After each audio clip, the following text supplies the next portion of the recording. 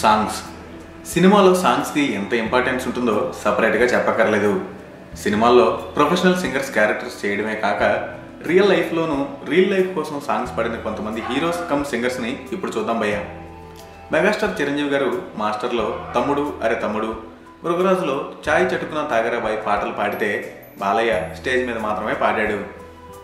Balayya singing talent చూసి ఎవరో music director పాట పాడే ఛాన్స్ ఇచ్చినా ఇవ్వచ్చు.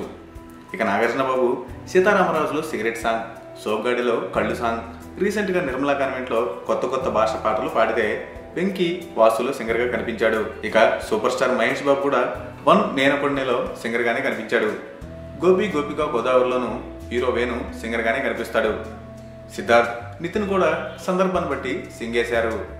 ఈ లిస్ట్లో స్టైలిష్ స్టార్ అల్లు అర్జున్ కూడా యాడ్ అయ్యాడు.